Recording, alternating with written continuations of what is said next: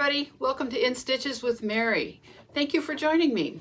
It is the month of May, and you know what that means? We're heading into some very patriotic holidays. Coming up, we have Memorial Day, we have Flag Day in June, the 4th of July, and we can go all the way into Veterans Day. So I have a placemat that I think you'll enjoy doing. This is a quilt as you go, so once you have it all pieced together, it's actually quilted, and all that's left to do is put the binding on. So let's get ready and show you how this goes together. To put the placemat together, you are going to need some red, white, and blue fabric.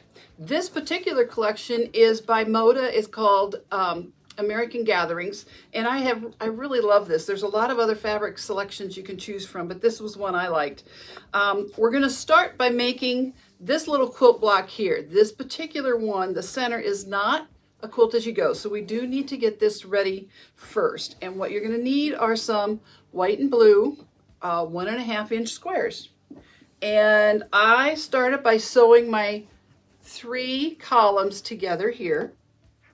And what you do is when you get that done, you're going to press towards the dark side with each of those columns, okay? Then you're going to start to sew those together. And I want to show you a little trick.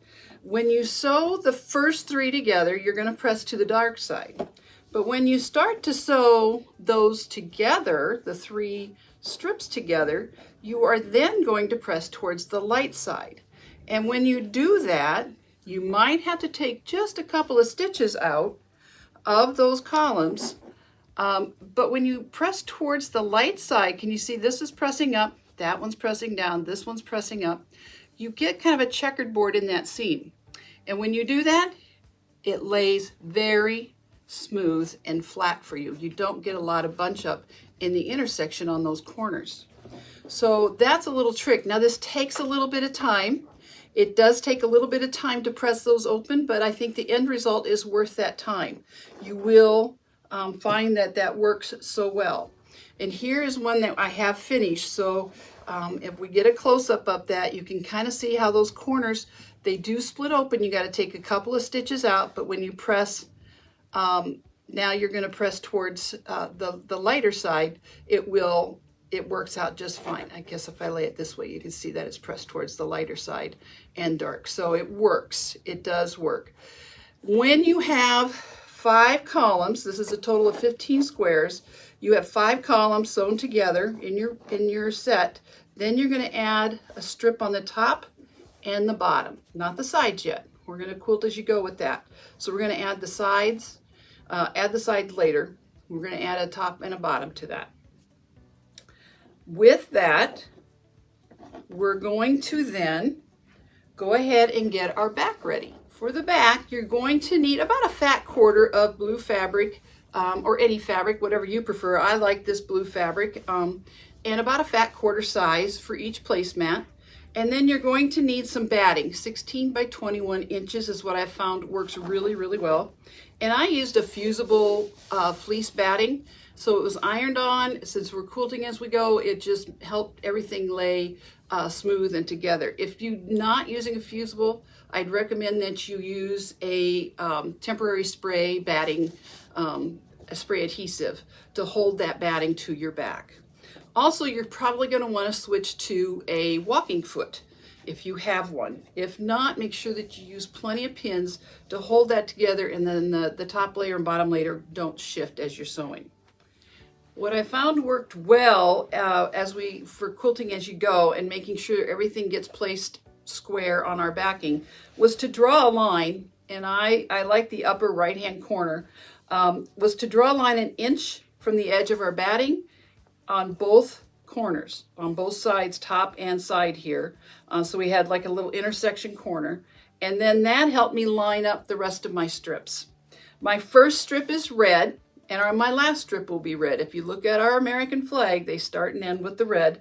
So we'll do the same thing. So my first strip, and we're going to do the short strips here along with where the stars will be. We're going to do the short strips first. So our red strip is just going to lay right side up, and we're going to line it up in that corner. And just do a real scant, maybe even 1/8 of an inch stitch across the top to hold that in place.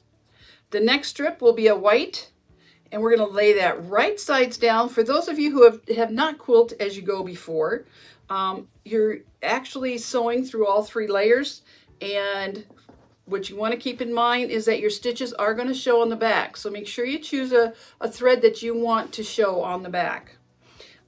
Switch your bobbin thread out so that it matches.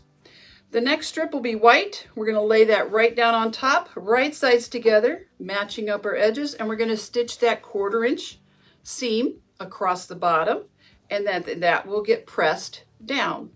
Go to the iron and press that. Get a nice crease so that it's laying flat. The next strip, we're going to go a little bit of a whiter red just to vary it up a little bit.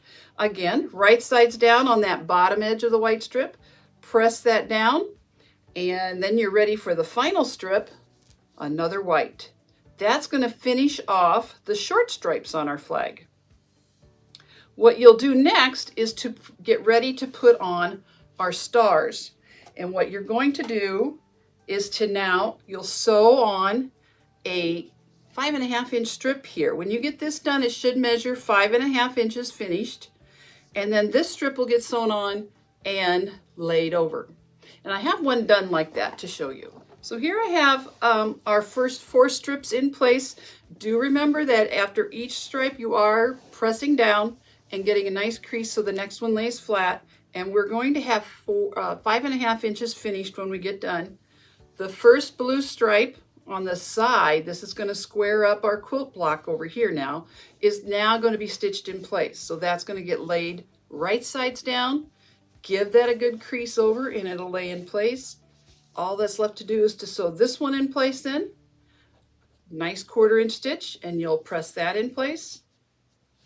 And we'll add one more strip along this side, again, pressing as you go, to finish up the stars on our placemat. You can probably figure out what you're going to do next, and that is to add the longer stripes of our flag. So we're going to start with the red. Again, this one will now, this is 18.5 inches, will now, and of course this would be stitched so it would measure out properly. Stitch all the way across here. We're going to fold that down. I have a wider white stripe that would come next, a wider red. We're going to finish with a narrow white, and then the bottom of our placemat will be red. So that is what the placemat basically consists of. All you have left to do now is to trim this up, square it up so that it's the same length and width that you would like. It should finish out at about 18 by 20 inches. I'm sorry, 14 by 20 inches. And all that's left now to do is put the binding on. Here's our finished placemat, ready for the binding. Usually I would just say quilt as desired and you're ready to go, but I've had some people make comments about, well, what does that mean? You know, they want a little bit of help on putting on that binding. So I am going to go ahead and show you a real quick tutorial about how I like to put binding on. There's 2 ways. One, you can machine stitch it in place, and the other is to finish it with hand stitching. If people who know me know, I don't like to hand stitch. So a lot of times for smaller projects, I will machine stitch the binding down. And that means you're going to apply the binding to the back side of your quilt. So when it rolls around to the front, you're going to do your top stitching on the front.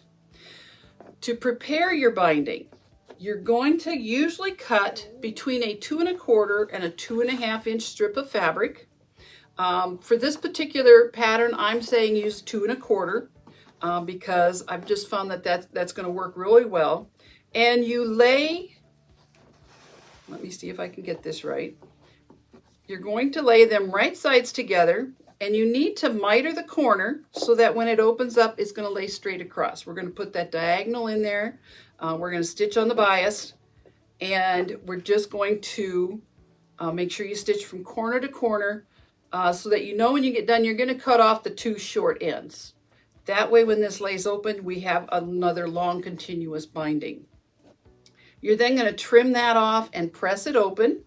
Let me show you. I have one done here. And then you're going to press it all in half, lengthwise. It's nice to get that crease on your binding ready to go. Here is the stitching on the bias, completed, pressed open.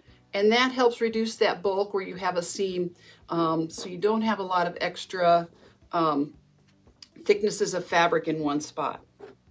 To put your binding on, if you're going to hand stitch, you're going to apply your binding to the front of the quilt. And in this case, I'm going to start at the bottom, and if we were to put the binding on the front to flip to the back side and hand stitch on, we're going to put a tail on here. You don't start right on the end of your binding. You're going to come in about a good 6 to 8 inches and leave this part loose, but we're going to go past the halfway point on this particular placemat and start right about here, and we're going to stitch that 1/4 inch. When you get to the corner, what I like to do is to put a pin 1/4 inch from that edge. That way I know where I'm going to stop, and I'm going to stitch right up to that pin, stop with my needle down, and I'm going to pivot, take the pin out of course, and I'm going to diagonal off into the corner. Take it out, cut your thread, and then we're going to turn our corner with our fabric. And what that means is you're then going to fold the binding on top of itself. So now our cut edges for where we're going to head with our next stitching is in line. And then we're going to bring that down and create a fold that now is in line with the seam we just stitched. And the next step is to just stitch straight up, starting on that end, and we're going to stitch that 1/4 inch seam coming all the way to the top. A good idea, you'll notice I've got a seam right here. A good idea is to maybe lay this out ahead of time to make sure that your seam is not going to end up at the corner. You don't want a lot of that extra bulk in there. So I should probably start this down here, which tells me where I need to get started down here. Okay. When you get that all the way done and around, I've got one here. So this is one where I would, I'm going to roll this around to the front for machine stitching. Here's one that I have almost completed. Again, here's that corner where I've stitched and I've angled off. I'm going to pull this off to the side, fold it back on top of itself so I get a nice 45-degree angle in here. And then I'm going to start and finish stitching right about there when I get to the end. Now you're probably going to have a lot of extra fabric left over. And what you want is to have an overlap of the two ends that equals the width of your binding when you began. So we cut a 2 1/4 inch binding. We want this to overlap 2 1/4 inches. What I do is I've got this measured out. I've cut it 2 1/4 inches. I've got it laid here. This is the trick I do to sew these two ends together. I take the top one, lay it right side down, right in front of me. I'm going to take the next one, open it up, right sides, and I'm going to lay it right down on top like that. It's okay. It's going to work better if you fold your corners in so it's not pulling on you. And remember, we're going to sew on that bias on the diagonal. But before we do, I like to put some pins in there to make sure I've got it going in the correct direction and we didn't get anything twisted. So when I pull this up like that, I can see that's going to lay in there very nice and smooth. Once it's pinned, I've checked it, I can go ahead and now stitch this, trim that off, press it open, and then lay it back down and sew it in place. That's how I like to do it. We do have some rulers. There's a ruler that we have for seam binding to help make those ends meet. And Carol has done a Fun Fact Friday video. You can check that out on Neil's website on how to use that. That might work better for you. This is what works best for me. So that is really how to put your binding on. To finish it, I like to give this a good press on the back, bring it around to the front, and that folded edge is going to come right to the edge of our stitching. And then I'm going to machine stitch that down. And my favorite tool for that is my left edge top stitch foot. Or it might also be called a bi-level foot. When I'll take that out and show it to you. Maybe we can get a close-up of that. It has 2 levels on the bottom. So when I lay this on here, let me bring this around to the front, I'm going to be stitching. There is a little bit of a line,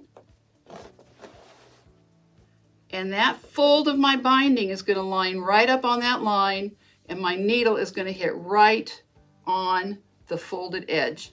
And believe it or not, if you get this right on your stitching line, it will also stitch right on that fold line. You can see that's exactly what we've done on this one here too. The bi-level foot or left edge top stitch foot is one of my favorite tools when it comes to working with binding. So that's my quick little tutorial on putting on a binding. I hope that's helpful, and thank you for joining me. If you're interested in the pattern for or Old Glory placemat, please give us a call at Neil's and we will get you set up with that.